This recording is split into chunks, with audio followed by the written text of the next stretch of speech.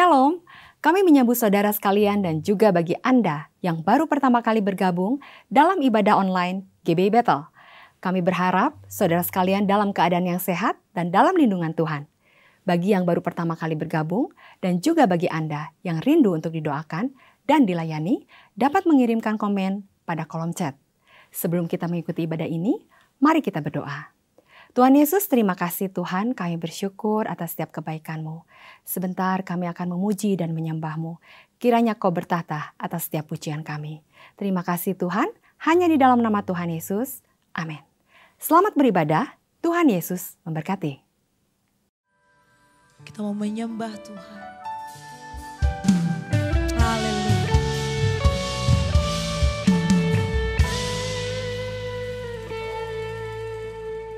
Roh Kudus, Kau hadir di sini. Roh Kudus, ku mengasihi-Mu. Kau lembut, Kau manis, Kaulah penghiburku, penolongku, diutus Bapakku. Ku buka hati untuk Roh-Mu Tuhan. Ku buka hati menyembah-Mu Yesus.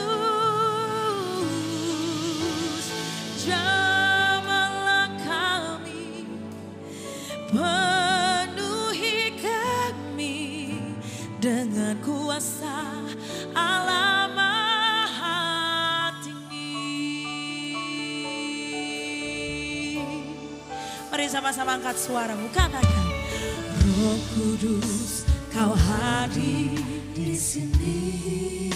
Oh Roh Kudus, ku mengasihi-Mu. Kau lembut, Kau manis, Kaulah penghiburku, penolongku, diutus Bapakku.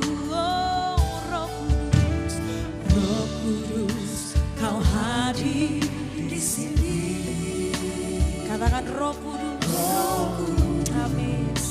Ku mengasihi-Mu. Katakan Engkau lembut, Kau manis, Kaulah penghiburku, penolongku, diutus. Mari buka hatimu, katakan, ku buka hati untuk Roh-Mu Tuhan. Ku buka hati menyembah-Mu Yesus. Jamahlah kami, penuhi kami dengan kuasa Allah. Kami buka hati kami Tuhan. Ku buka hatiku, ku buka hati menyembah-Mu Yesus. Jamahlah kami, penuhi kami dengan kuasa Allah Maha Tinggi. Mari hanya jemaat Tuhan saja, angkat suara, katakan, Roh Kudus, Kau hadir. Oh Roh Kudus, amin. Ku mengasihi. Nyatakan di hadapannya, Kau lembut,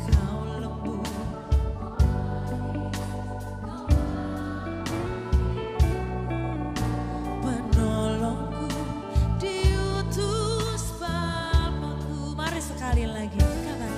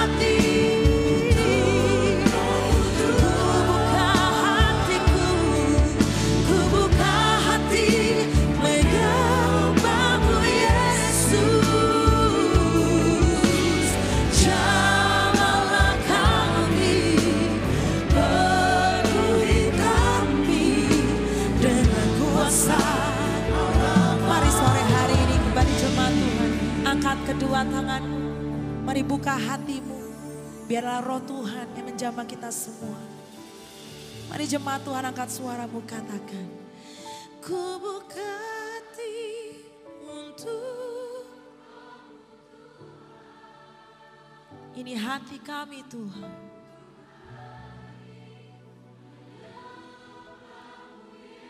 Kami rindu jamah. Jamahlah kami. Penuhi kami dengan kuasa. Amin. Ku buka hatiku. Ku buka hati.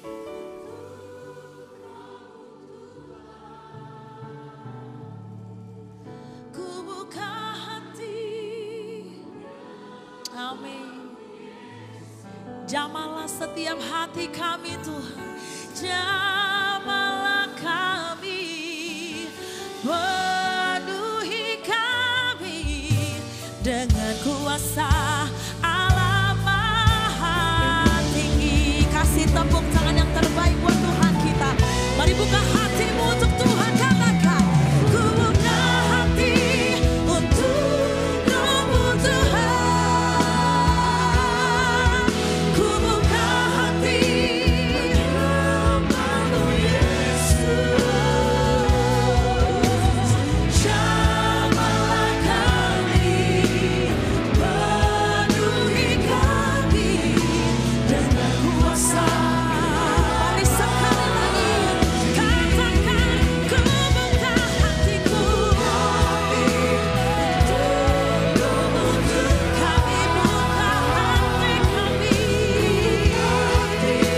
Menyembahmu Yesus. Jamahlah kami, penuhi kami dengan kuasa. Katakan, jamahlah kami Tuhan. Jamahlah kami, penuhi kami dengan kuasa Allah. Katakan, jamahlah kami. Jamahlah kami, penuhi kami dengan kuasa Allah Maha Tinggi.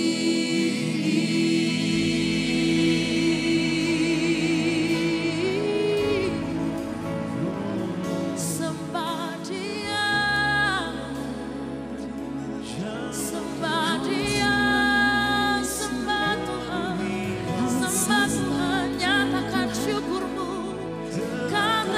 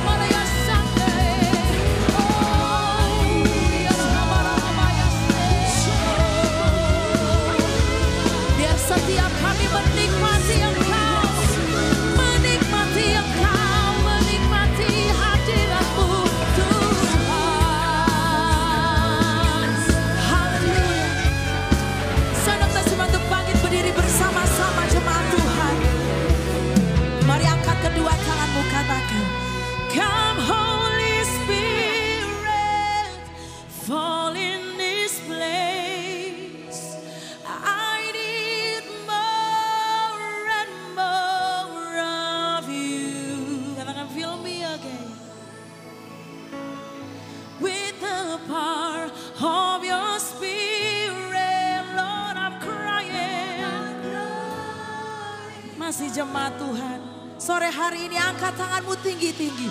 Come Holy Spirit, fall in this place.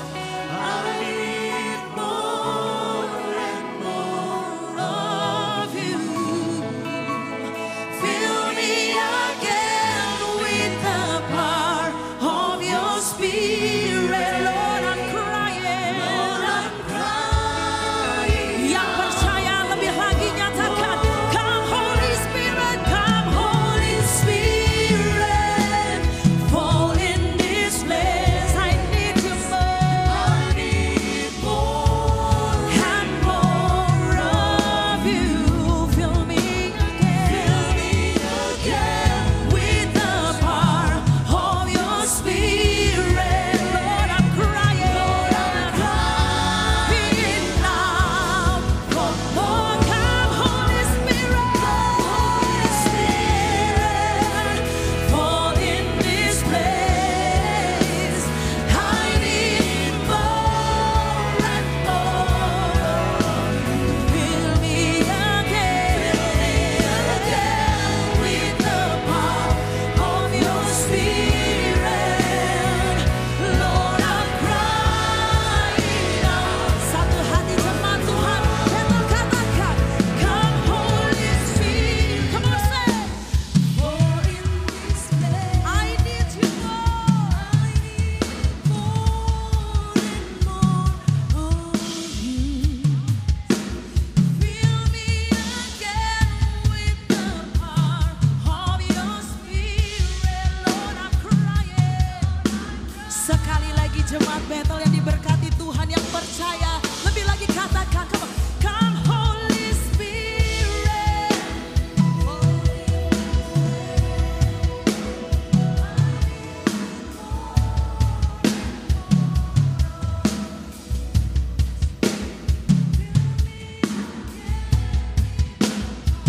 Of your Spirit, Lord, I'm crying now for more and more of you. Sekali lagi kasih tepuk tangan yang terbaik buat Tuhan. Katakan, come Holy Spirit, fall in this place. I need more and more of you. Fill me again with the power of your Spirit. Lord, I'm crying. Lord, I'm crying out. Katakan, Lord, I'm crying. For more.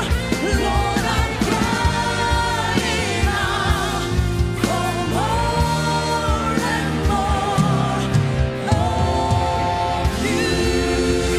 Sorakan haleluya, sorakan haleluya. Kami percaya Roh-Mu yang bekerja di tempat ini Tuhan, dan tempat ini akan penuh dengan kemuliaan-Nya Tuhan di dalam nama Tuhan Yesus. Mana yang siap memuji Tuhan lebih lagi, sama-sama kita mau katakan amin. Shalom jemaat Bethel. Shalom.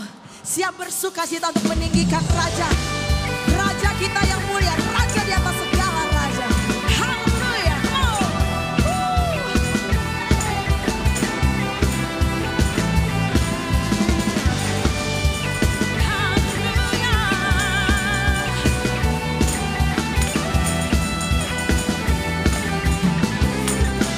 Sama-sama katakan, Raja mulia, Allah pemenang. Come on. Allah pemenang.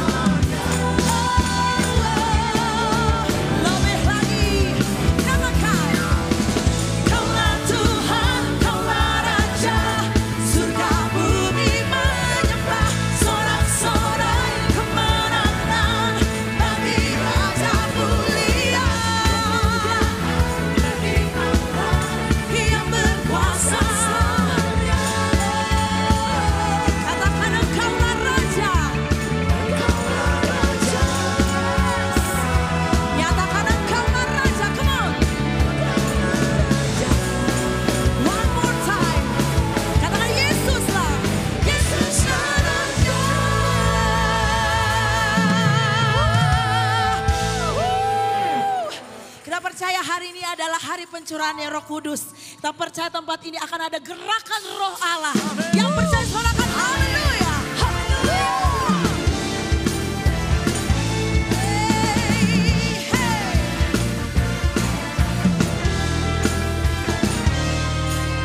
Sama-sama katakan. Roh Kudus, Roh Allah, bakar hati dan hidupku. Apimu bakarku, jadi korban persembahan. Dalam bibir hati dan pikiran, amin. Dengan api urapanmu, katakan berikanku, beriku kasih kudusmu. Mari jangkau semua bangsa, jangkau semua bangsa baru. Yes, amin. Yuk sama-sama katakan, gerakan Roh Allah terjadi di sini. Allahku kan melawanku.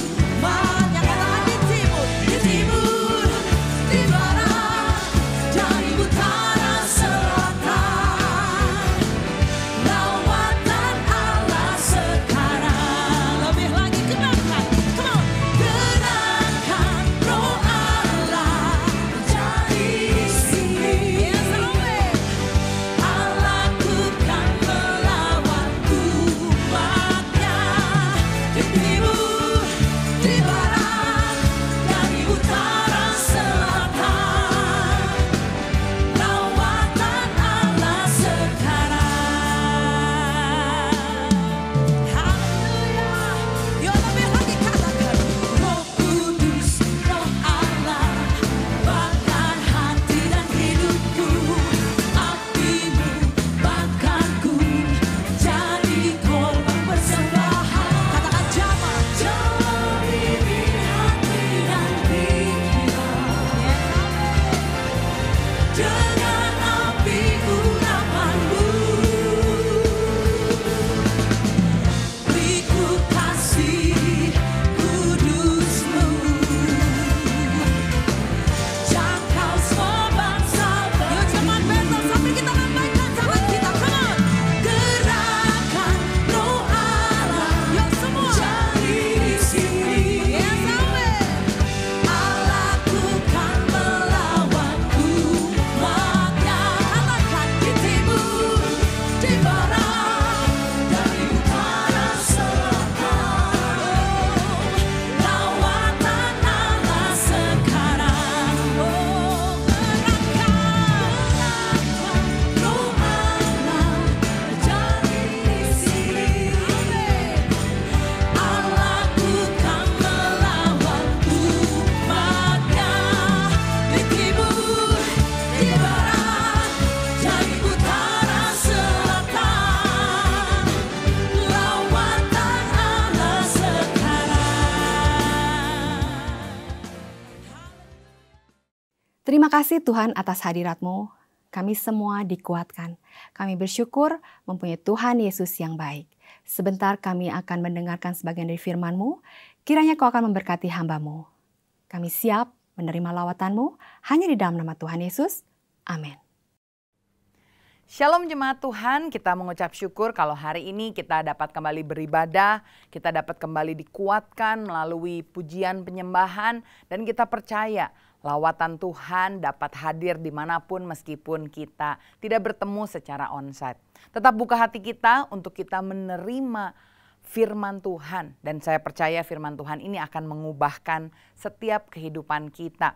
Dan firman Tuhan hari ini adalah satu firman Tuhan yang saya beri judul sebuah pertanyaan yang saudara perlu jawab. Dan saya berharap jawabannya saudara bisa temukan di akhir khotbah ini. Bahkan setelah sharing ini dilakukan, saudara boleh terus memikirkan tentang pertanyaan yang sangat mengubahkan ini. Yaitu, sudahkah Anda mengalami kuasa Roh Kudus? Saya akan bacakan Kisah Para Rasul pasal yang pertama, ayat yang pertama sampai yang keempat. Dikatakan di sana, "Hai Theophilus, dalam bukuku yang pertama, aku menulis tentang segala sesuatu yang dikerjakan dan diajarkan Yesus sampai pada hari ia terangkat. Sebelum itu ia telah memberi perintahnya oleh Roh Kudus kepada rasul-rasul yang dipilihnya. Kepada mereka ia menunjukkan dirinya setelah penderitaannya selesai dan dengan banyak tanda ia membuktikan bahwa ia hidup. Sebab selama 40 hari ia berulang-ulang menampakkan diri dan berbicara kepada mereka tentang kerajaan Allah. Pada suatu hari ketika ia makan bersama-sama dengan mereka, ia melarang mereka meninggalkan Yerusalem dan menyuruh mereka tinggal di situ menantikan janji Bapa. Yang demikian katanya, telah kamu dengar daripadaku. Dilanjutkan ke ayat yang kelima dikatakan, sebab Yohanes membaptis dengan air, tetapi tidak lama lagi kamu akan dibaptis dengan Roh Kudus. Amin. Belum berapa lama kita merayakan hari Jumat Agung, hari kematian Tuhan Yesus, dan kita juga merayakan Minggu Paskah, di mana Tuhan Yesus bangkit dan kita bersuka cita karenanya. Kemudian kita juga merayakan hari kenaikannya ke sorga. Dan kalau kita perhatikan selain hari Natal, kita mengucap syukur kalau bangsa Indonesia juga memperingati dan menghormati 3 hari besar ini. Ditetapkan juga sebagai hari libur nasional. Tentu diharapkan saudara bukannya bergembira hari itu karena hari libur ya. Bukan karena wah dari jauh-jauh hari tidak usah cuti, bisa bertamasya. Tapi semoga setiap dari kita menggunakan waktu istirahat yang diberikan oleh negara tersebut untuk kita betul-betul bisa beribadah, merefleksikan kasih yang Tuhan berikan kepada kita. Tapi seringkali kita lupa bahwa ada satu lagi peristiwa yang penting lainnya. Karena memang peristiwa ini tidak diperingati sebagai hari libur. Jadi cenderung lebih mudah untuk dilupakan. Padahal hari ini adalah hari yang sangat spesial dan bukan hanya seharusnya diperingati atau dirayakan, tetapi harus dilihat sebagai sebuah titik perubahan yang terjadi dalam kehidupan orang percaya. Hari tersebut adalah hari di mana Allah Roh Kudus, Allah dicurahkan kepada setiap orang percaya. Dan kita melihat bagaimana murid-murid Yesus yang tadinya sendirian, kebingungan, tidak tahu apa yang harus mereka perbuat setelah ditinggal oleh Tuhan Yesus ketika dia naik ke sorga, kini tinggal dekat dengan pribadi Allah Roh Kudus yang dicurahkan ke dalam setiap hati mereka. Dan yang luar biasa, setelah kejadian itu mereka juga diperlengkapi dengan kuasa Allah yang maha tinggi. Pengalaman bersama Allah ini membukakan suatu dimensi yang baru bagi orang-orang percaya dalam perjalanan mereka bersama dengan Tuhan. Seakan-akan ada sebuah hal yang wow, yang luar biasa yang dibukakan, yang membuat mereka berubah. Bahkan boleh dibilang, hari tercurahnya Roh Kudus ke atas murid-murid Tuhan Yesus adalah hari lahir gereja. Hari di mana memang gereja Tuhan didirikan dan dilahirkan ketika orang-orang ini menjadi komunitas orang percaya yang diperlengkapi dengan kuasa Allah. Peristiwa ini luar biasanya tidak hanya dialami oleh gereja mula-mula, tetapi juga dialami oleh orang-orang percaya di masa ke masa, bahkan sampai hari ini. Ketika Roh Kudus secara dahsyat dicurahkan kepada orang-orang percaya, maka selalu terjadi sebuah revival, kebangkitan rohani, lawatan yang luar biasa terjadi. Jadi saya percaya ini bukan hanya sekedar sebuah tradisi yang kita peringati, sebuah peristiwa sejarah yang hanya perlu dimaknai kemudian dilupakan, tetapi menjadi sesuatu pengalaman yang kita rindukan juga terjadi di dalam kehidupan kita. Karena itulah saya bertanya sama saudara, sudahkah engkau mengalami kuasa Roh Kudus? Pada tahun 1906 di Azusa Street terjadi lawatan yang luar biasa. Dan ini bukan yang pertama, ini sudah terjadi berkali-kali dalam sejarah. Peristiwa ini mengubah setidaknya sejarah Amerika, di mana orang kulit hitam dan kulit putih pada saat itu yang awalnya tidak bisa dipersatukan karena masalah perbedaan warna kulit, lewat pencurahan Roh Kudus yang luar biasa dapat dipersatukan setidaknya dalam ibadah kepada Tuhan. Bahkan kebangkitan rohani tersebut juga dapat dilihat, dirasakan bahkan oleh orang-orang yang tidak percaya. selama 3 tahun setelah peristiwa itu terjadi, wow, Amerika mengalami guncangan, kebangkitan Roh Kudus yang luar biasa. Bahkan mungkin saudara tidak banyak tahu, di Indonesia pernah juga terjadi hal yang serupa. Misalkan di tahun 1965, tepatnya di daerah Soe di Nusa Tenggara Timur, orang-orang di sana mengalami lawatan Tuhan secara dahsyat, mengalami mujizat yang luar biasa. Salah satunya diperingati sampai hari ini bahwa pernah terjadi apa yang terjadi di perjanjian baru di zamannya Yesus, yaitu air berubah menjadi anggur. Dan itu terjadi di Indonesia, saudara. Luar biasa, dan bukan hanya mujizat, tetapi peristiwa pencurahan Roh Kudus di tahun 60-an itu menyulut api penginjilan yang luar biasa ke seluruh Indonesia. Sangat disayangkan, tidak semua orang percaya, mungkin salah satunya adalah saudara, melihat atau bahkan merindukan pencurahan Roh Kudus untuk terjadi dalam hidup saudara. Hari ini mari kita berubah, karena kita perlu sadar ini adalah janji Tuhan bagi setiap orang percaya. Di dalam Kisah Para Rasul pasalnya yang kedua ayat 17-18 dikatakan bahwa pada hari-hari terakhir kita melihat sekarang bagaimana kita sudah hidup di hari-hari terakhir. Firman Tuhan bilang pada hari terakhir, aku, Tuhan berkata, akan mencurahkan rohku ke atas semua manusia. Siapa itu semua? Saya dan saudara. Kalau saudara manusia, saudara termasuk untuk dapat janji ini. Dan hasilnya dikatakan anak-anakmu laki-laki dan perempuan akan bernubuat. Teruna-terunamu, remaja-remajamu akan mendapat penglihatan. Orang-orang yang tua akan mendapat mimpi. Dan bahkan ke orang-orang yang tidak dianggap hamba-hamba laki-laki, perempuan, Tuhan akan mencurahkan rohnya secara dahsyat di hari-hari terakhir sehingga mereka bisa bernubuat. Sekali lagi ini diberikan kepada semua manusia. Sayang kalau saudara sampai melupakan dan menganggap sepi janji ini. Sementara kalau kita menyadari benar bahwa ini adalah janji yang Tuhan berikan. Kuasa Roh Kudus mau dicurahkan untuk kita. Kita akan mengalami perubahan yang dahsyat. Kalau boleh saya gambarkan, hidup orang percaya tanpa Roh Kudus itu hampir serupa seperti smartphone kita yang tidak punya internet. Mungkin saudara hari ini mengikuti ibadah secara online lewat smartphone ya, lewat aplikasi YouTube misalkan. Coba dilihat handphone saudara. Ada aplikasi apa lagi yang canggih?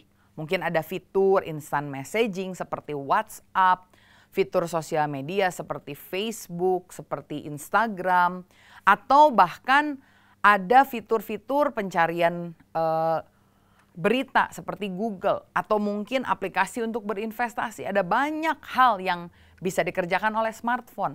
Tetapi sayang, saudara pasti tahu smartphone saudara yang merek apapun juga, yang harganya hanya jutaan sampai puluhan juta, bahkan ratusan juta pun kalau ada, kalau tidak ada internet itu tidak akan terasa smart lagi. Tidak ada bedanya sama dumb phone yang nggak bisa ngapa-ngapain.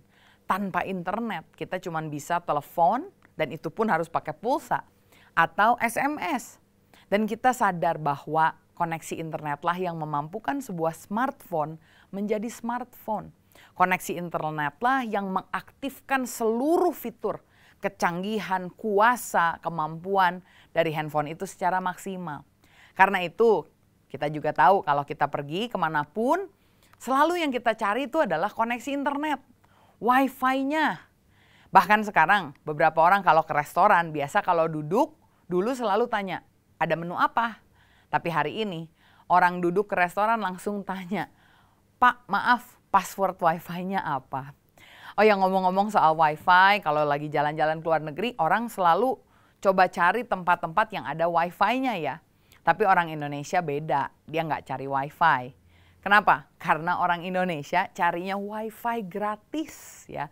Orang Indonesia senangnya yang gratis-gratis. Orang zaman sekarang bisa tahan kalau perut kosong, tapi kalau sampai kuota kosong, mana tahan. Karena itu kita bisa bayangkan betapa frustasinya kalau kita tahu ada fitur yang canggih di smartphone, tapi tidak bisa terpakai kalau tidak ada sambungan internet. Nah kira-kira begitu juga kehidupan orang percaya yang tanpa Roh Kudus memang masih bisa hidup, tetapi tidak akan pernah maksimal mengalami Tuhan karena tidak ada kuasa yang dialami di dalam kehidupannya. Karena itulah seringkali kehidupan orang Kristen percaya jadi biasa-biasa saja. Padahal di dalam Yohanes 14 ayat 12, Yesus berkata, "Aku berkata kepadamu sesungguhnya barang siapa percaya kepadaku, ia akan melakukan juga pekerjaan-pekerjaan yang aku lakukan, bahkan yang lebih besar daripada itu." Yesus memanggil kita untuk sebuah panggilan yang luar biasa. Dan hanya terjadi kalau kita menerima kuasa Roh Kudus. Kalau saja orang percaya punya kerinduan untuk terkoneksi dengan Tuhan sebesar kerinduannya untuk terkoneksi dengan internet, pasti saya jamin hidupnya sangat berbeda. Karena itulah Yesus sebelum dia terangkat ke sorga, dia memerintahkan semua muridnya untuk menantikan kuasa Roh Kudus ini. Dia tidak segera menyuruh murid-muridnya memberitakan Injil, tetapi mereka disuruhnya untuk menunggu, menantikan janji. Karena janji ini adalah janji yang luar biasa. Kisah Rasul pasal yang pertama ayat yang ke-8 berkata, ketika kita menerima kuasa, Roh Kudus ketika dicurahkan kita menerima kuasa. Dikatakan kamu akan menerima kuasa kalau Roh Kudus turun ke atasmu. Dan hasilnya kamu akan menjadi saksiku. Baik di Yerusalem, di Yudea, di Samaria, bahkan sampai ke ujung bumi. Ini berkata bahwa efek, akibat, impact kita itu akan besar ketika kita menerima kuasa dari Roh Kudus. Dan memang peristiwa inilah yang mengubahkan kehidupan murid-murid secara signifikan. Salah satunya adalah Simon Petrus dan Yohanes. Kita tahu bahwa sebelum peristiwa pencurahan Roh Kudus, Petrus dan Yohanes dikenal sebagai pribadi yang biasa. Ketika Yesus ditangkap di Taman Getsemani, mereka malah kabur, tercerai-berai. Bahkan yang lebih parah, Petrus menyangkal Tuhan Yesus sampai 3 kali. Setelah Yesus mati, Petrus malah mengajak teman-temannya untuk kembali kehidupan yang lama menjadi penjala ikan. Tetapi begitu mereka menerima pencurahan Roh Kudus, mereka menjadi seorang pribadi yang luar biasa. Petrus, Yohanes berkhotbah, mengadakan mujizat, banyak orang bertobat. Bahkan perubahan mereka yang luar biasa ini dapat dilihat oleh orang lain. Sehingga di dalam Kisah Para Rasul 4, mereka harus dimasukkan penjara dan disidang oleh imam besar dan pemimpin-pemimpin Yahudi lainnya. Dari perubahan tersebut, saya melihat ada setidaknya 3 hal yang Roh Kudus kerjakan dalam kehidupan Petrus dan Yohanes. Dan kita juga yakin 3 hal ini setidaknya bisa terjadi juga di dalam kehidupan kita. Apa yang Roh Kudus berikan kepada kedua orang ini? Yang pertama saya lihat ketika mereka mendapatkan curahan Roh Kudus, mereka diberikan yang pertama keberanian untuk bersaksi.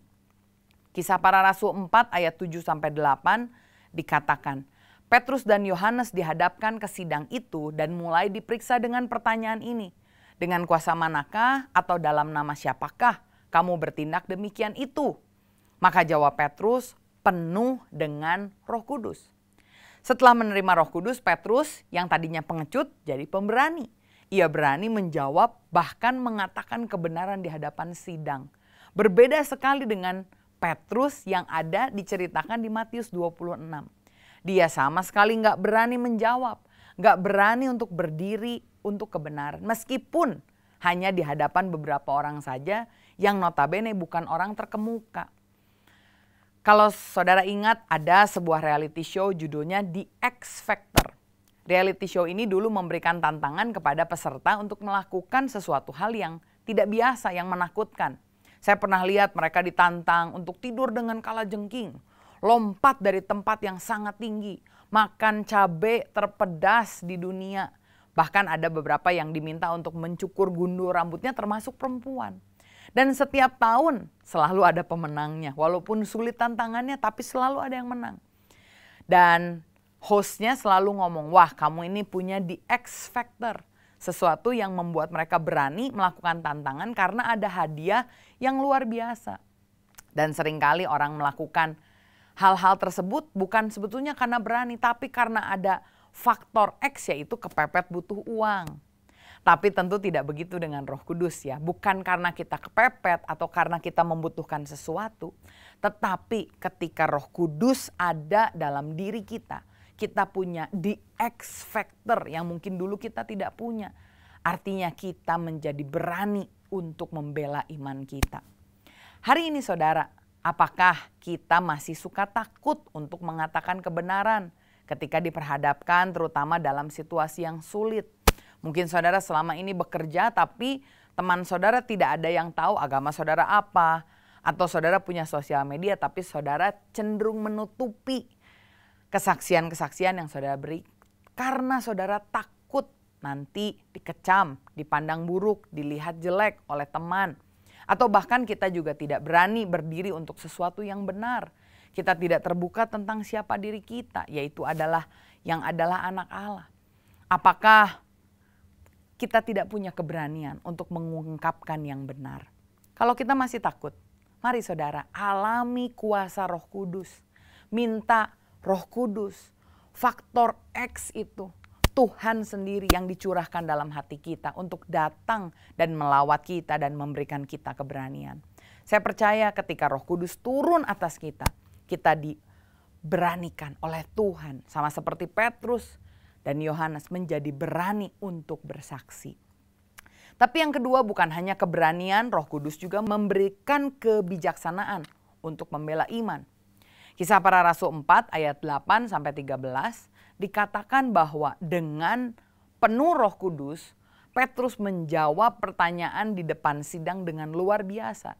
Dia berkata, "Hai pemimpin-pemimpin umat dan tua-tua, jika kami sekarang harus diperiksa karena suatu kebajikan kepada seorang sakit, karena mereka menyembuhkan orang sakit, dan harus menerangkan dengan kuasa manakah orang itu disembuhkan, maka ketahuilah oleh kamu sekalian dan oleh seluruh umat Israel, bahwa dalam nama Yesus Kristus, orang Nazaret itu, yang telah kamu salibkan, tetapi yang telah dibangkitkan Allah dari antara orang mati, bahwa oleh karena Yesus itulah orang itu berdiri dengan sehat sekarang di depan kamu."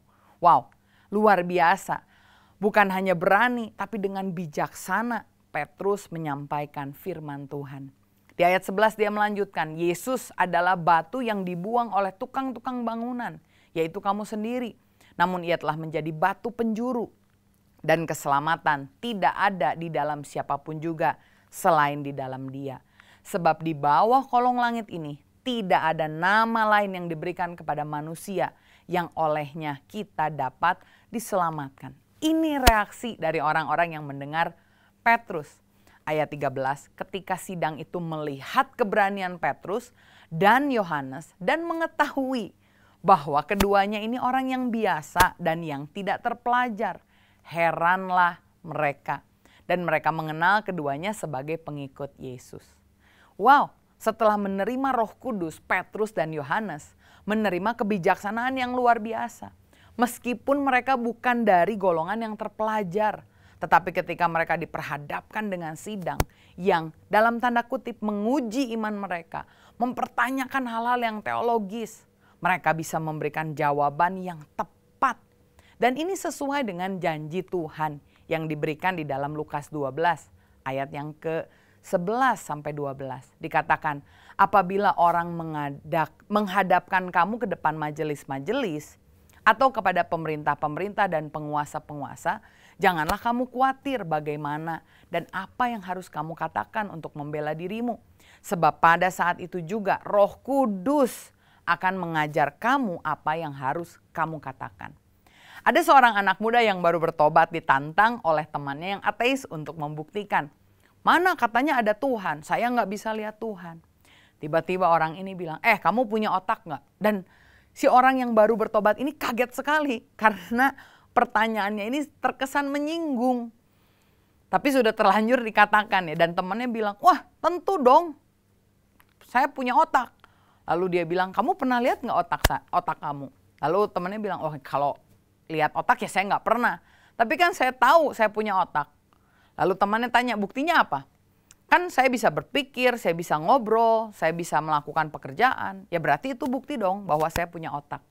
Lalu si pemuda yang tadi baru mengenal Yesus bilang, tuh kan walaupun kamu belum pernah lihat otak kamu, tapi ada buktinya. Kamu bisa berpikir, kamu bisa bekerja.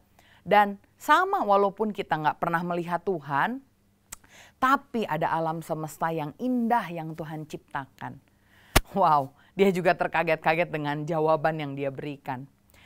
Karena itu, saudara, ketika kita diperhadapkan, ingat janji Tuhan. Jangan takut karena Roh Kudus akan memberikan kita keberanian dan juga kebijaksanaan untuk bisa menjawab, memampukan kita. Memberikan jawaban yang bukan hanya benar, tetapi tepat. Dan ketika orang mempertanyakan iman kita, kita bisa memberikan tanggung jawab. Jawaban yang justru membuat mereka melihat Allah adalah Allah yang luar biasa.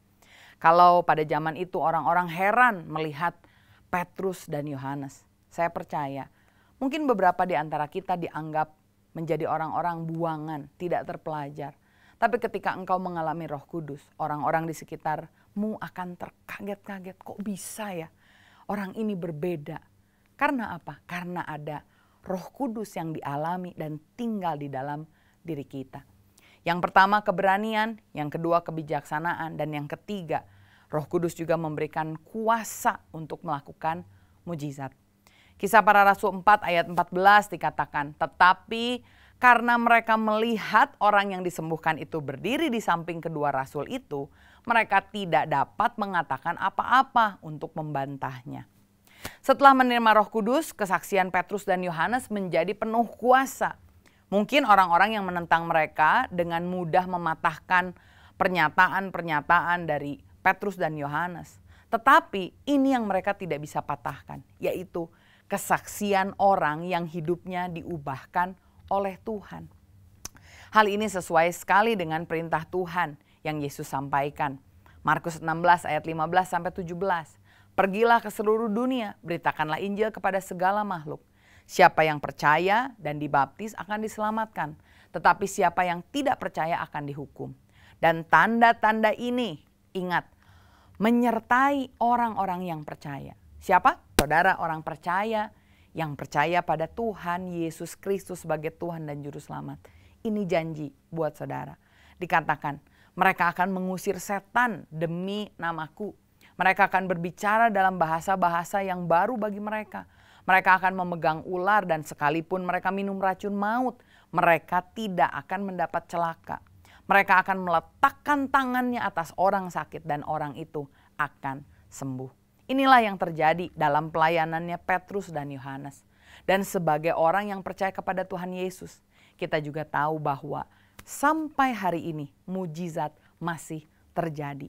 Bahkan ini sangat penting terutama untuk penginjilan. Karena kesaksian tentang perubahan hidup seseorang, tentang kesembuhan yang dia alami, itu sesuatu yang sulit sekali dibantah oleh orang lain. Karena itu kesaksian-kesaksian perlu disampaikan, perlu dinyatakan. Dan bahkan firman Tuhan bilang kesaksian tentang Tuhan ini membungkam pekerjaan iblis. Saya menyadari terutama di daerah yang sulit untuk dijangkau dengan Injil. Sadarilah bahwa ketika saudara diperlengkapi dengan Roh Kudus, saudara juga diperlengkapi untuk mengadakan mujizat.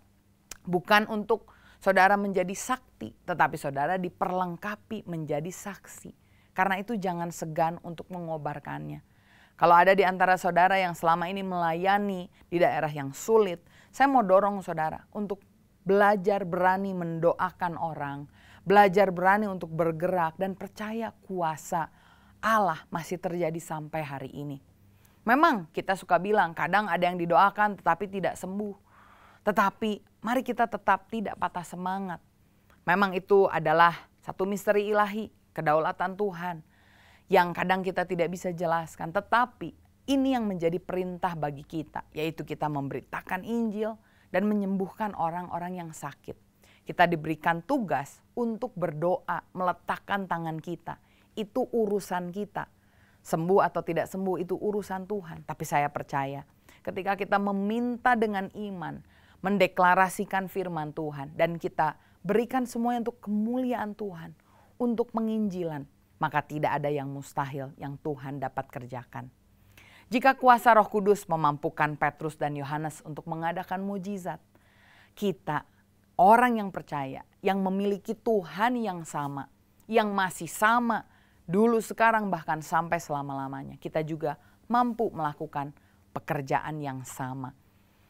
Mari kita sama-sama mendorong semangat kita, orang-orang di sekitar kita untuk benar mengalami kuasa Roh Kudus. Kalau kita masih ragu tentang kuasa Roh Kudus, mari kita benar-benar baca firman. Mari kita lihat bahwa sekali lagi ini adalah janji dari Bapa, janji yang diberikan kepada orang percaya. Lawatan Roh Kudus membawa dampak yang luar biasa dan mengubahkan. Dan pertanyaannya masih sama hari ini. Sudahkah saudara terlebih dahulu mengalami kuasa Roh Kudus yang mengubahkan itu? Maukah saudara yang belum mengalaminya merindukannya? Maukah saudara yang mungkin dulu pernah mengalami tetapi sekarang sudah tidak lagi seperti yang dulu? Maukah saudara terus menggelorakan kobaran api Roh Kudus?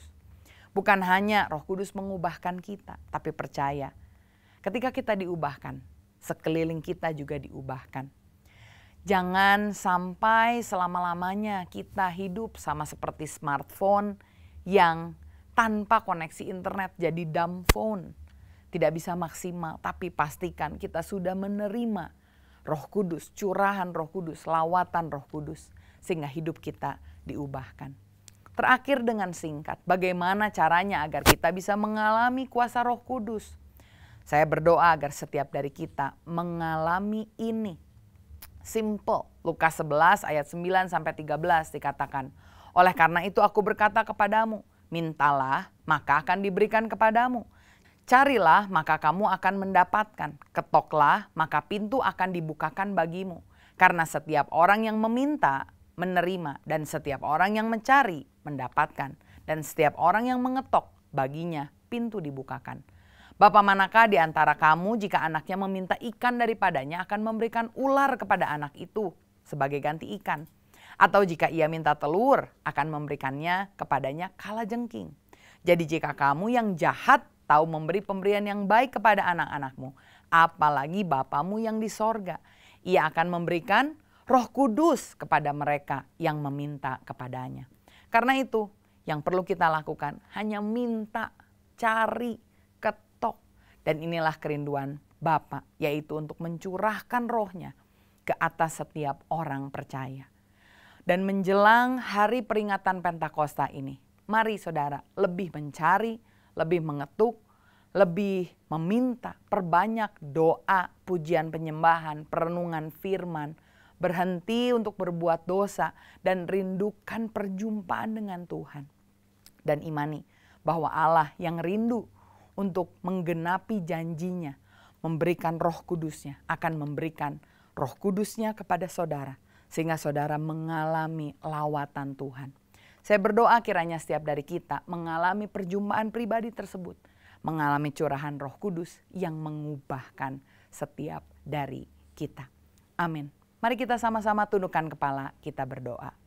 Bapa, hari ini kami ditegur, kami diingatkan tentang pengikut sertaan kami kepada Tuhan. Mungkin selama ini kami telah percaya kepada Yesus, tapi kami belum pernah mengalami lawatan Roh Kudus terjadi dalam hidup kami. Tuhan, kami merindukan janji-Mu. Sebagaimana Engkau katakan bahwa di hari-hari terakhir Engkau akan mencurahkan Roh-Mu ke atas semua orang. Kami mau Tuhan menerima lawatan Roh Kudus tersebut. Dan hamba-Mu berdoa Tuhan kepada setiap orang yang rindu untuk mengalami satu pengalaman dimensi yang baru. Mengalami keberanian dari Tuhan untuk memberitakan Injil. Kebijaksanaan untuk membela iman. Bahkan kuasa untuk mengadakan mujizat untuk kemuliaan Tuhan. Biarkan kami mengalami itu Tuhan. Sehingga bukan hanya kami membaca dari Alkitab tentang perubahan murid-murid Tuhan Yesus, tetapi kami mengalaminya dalam hidup kami. Dan di dalam nama Tuhan Yesus, kami mengimani firman. Ketika kami meminta, kami mendapatkan. Ketika kami mengetuk, Engkau akan membukakan pintu. Berikanlah kami Tuhan jamahan Roh Kudus-Mu. Kami percaya, kami menerima Engkau di dalam hati kami. Terima kasih Tuhan. Hanya di dalam nama Tuhan Yesus kami berdoa dan mengucap syukur. Haleluya. Amin. Alamilah kuasa lawatan Roh Kudus setiap hari. Tetap semangat, Tuhan Yesus memberkati. Mari kita berdoa. Tuhan, terima kasih untuk firman-Mu. Terima kasih untuk kebenaran yang kami dengar, yang telah menguatkan iman kami. Kami berdoa Tuhan, biarkan kami juga bisa mempraktekkannya di dalam kehidupan kami. Sekarang kami mau berdoa buat bangsa dan negara kami Tuhan. Kau biarkan terus sertai setiap pemimpin-pemimpin di negara kami. Biarkan mereka memimpin dengan takut akan Tuhan. Sehingga keputusan-keputusan yang diambil itu untuk kepentingan rakyat banyak ya Tuhan. Kami juga berdoa buat gembala kami, tempat di mana kami digembalakan. Biarkan Kau terus sertai, berikan kekuatan untuk gembala kami. Biarkan gembala kami bisa terus menjadi teladan iman untuk kami semua. Dan kami mau berdoa buat orang-orang yang sedang sakit hari ini. Kami percaya Tuhan, orang anak-Mu yang hari ini mengikuti ibadah ini diberikan kekuatan. Dan ada yang disembuhkan oleh Tuhan. Karena kami percaya Tuhan, mujizat Tuhan masih terjadi sampai hari ini. Dan sekarang kami mau berpisah, kami mau angkat tangan kami membutuhkan berkat-Mu ya Tuhan. Ya Tuhan. Diberkatilah keluargamu, diberkatilah usahamu, diberkatilah pendidikan, diberkatilah pertumbuhan rohanimu, diberkatilah kemanapun engkau melangkah. Engkau akan terus menjadi kepala bukan ekor. Berkat dari Allah Bapa, keselamatan dari putranya Yesus Kristus dan persekutuan yang manis dengan Roh Kudus akan menyertai hidup kita sampai selama-lamanya. Di dalam nama Tuhan Yesus yang telah diberkati, mari katakan amin. Terus ikuti ibadah online dan bagikan video ini jika Anda terberkati kepada rekan-rekan kita. Tuhan Yesus memberkati.